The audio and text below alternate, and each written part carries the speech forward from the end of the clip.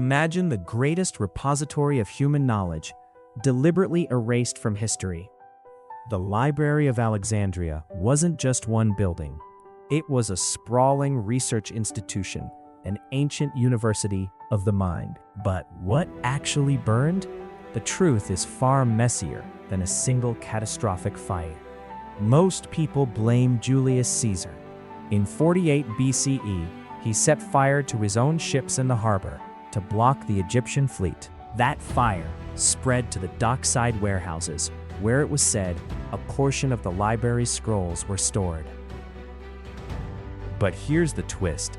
Caesar's fire likely only destroyed a fraction of the total collection. The real destruction was a slow bleed, centuries of neglect, civil wars, and religious purges. In 273 CE, the Emperor Aurelian crushed a revolt in Alexandria and razed the entire royal quarter. That event likely wiped out the Mausoleum, the actual research complex, and its remaining scrolls. Then came the Christian mobs in 391 CE, led by Theophilus, who destroyed the Serapeum, a daughter library. The Serapeum held thousands of copies and commentaries, works that we will simply never see again. But the final, most misunderstood blow came later. In 642 CE, the Arab general Amr ibn al-As conquered the city. The famous legend claims he ordered the books to fuel the baths of the city. 6 months of burning. Yet most historians now agree that story was invented centuries later, a political myth to discredit the Arabs. By the time the Arabs arrived, the Great Library had already been a ghost for 200 years. So, what did we actually lose?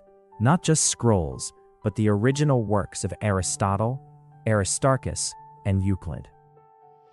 Aristarchus proposed a heliocentric model 1,800 years before Copernicus.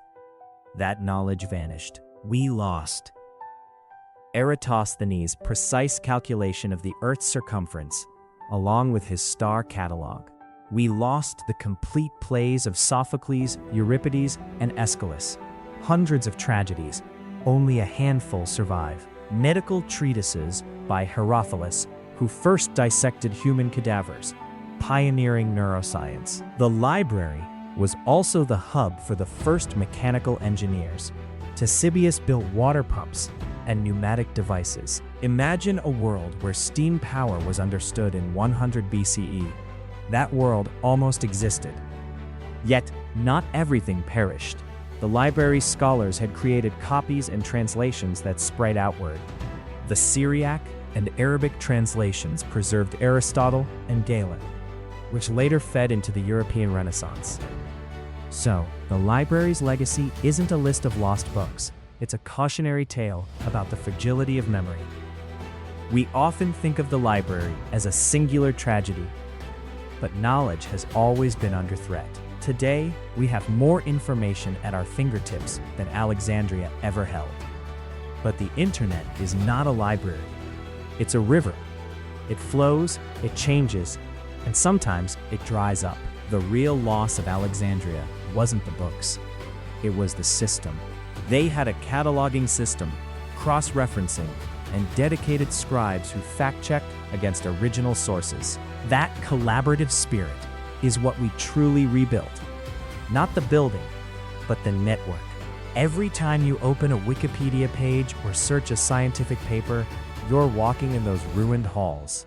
But we must also acknowledge what we lost permanently, the alternative perspectives. The library housed histories of every known culture. The Phoenicians, the Nubians, the Persians, from their own voices. We only have the Greek and Roman accounts of those cultures, a biased, filtered lens. So, the destruction of Alexandria wasn't just an ancient fire. It was an act of intellectual monoculture. We romanticize the library because we project our own fears onto it. The fear of losing everything overnight. But the reality is more boring and more terrifying.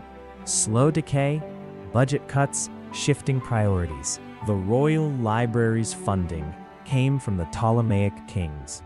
Once their dynasty fell, the budget vanished. Scholars lost their stipends. Scribes found other work, and the collection just sat there, uncopied, unread. Then, the Christian and later Muslim rulers had their own priorities, theology over astronomy. It wasn't a single villain. It was an entire civilization shifting its gaze away from the stars. And that shift is the real tragedy, the loss of curiosity as a cultural priority. What survived? Surprisingly, a lot of practical knowledge, engineering, agriculture, medicine, because practical knowledge makes money and feeds people. Abstract thought is a luxury.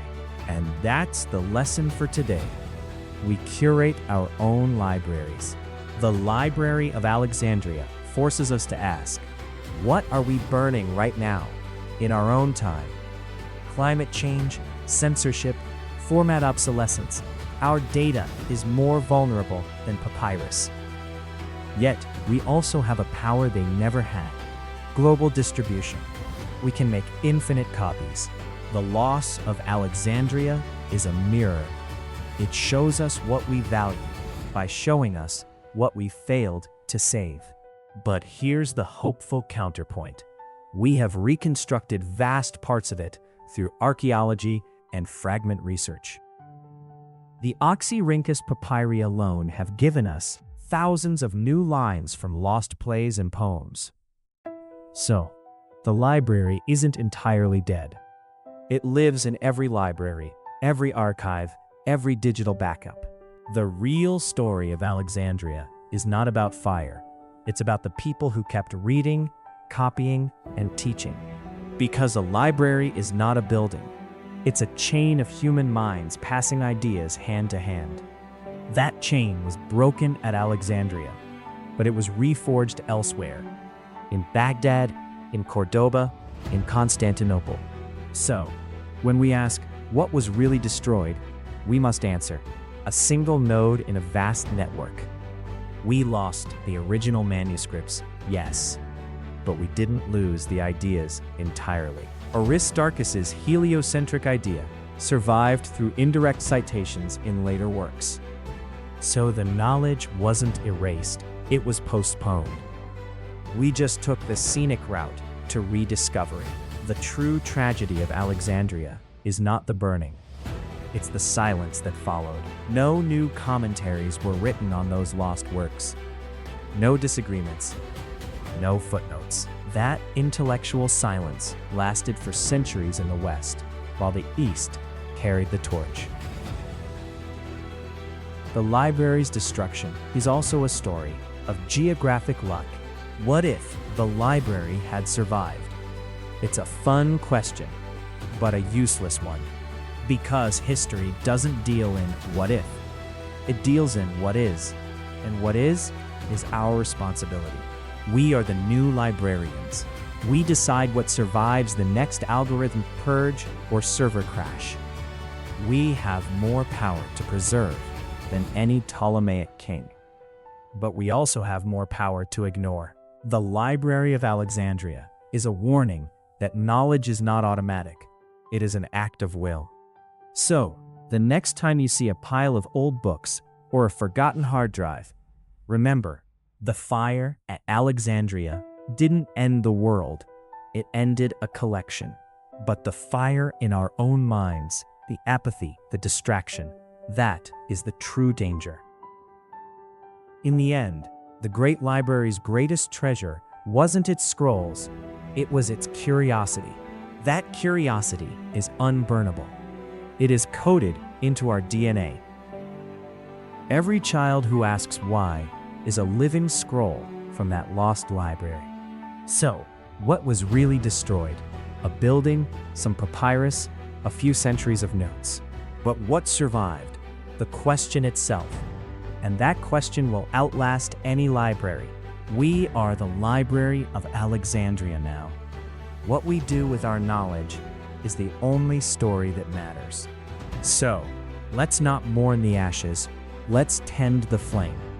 Because the lost knowledge of Alexandria isn't in the past, it's in the future we have yet to write.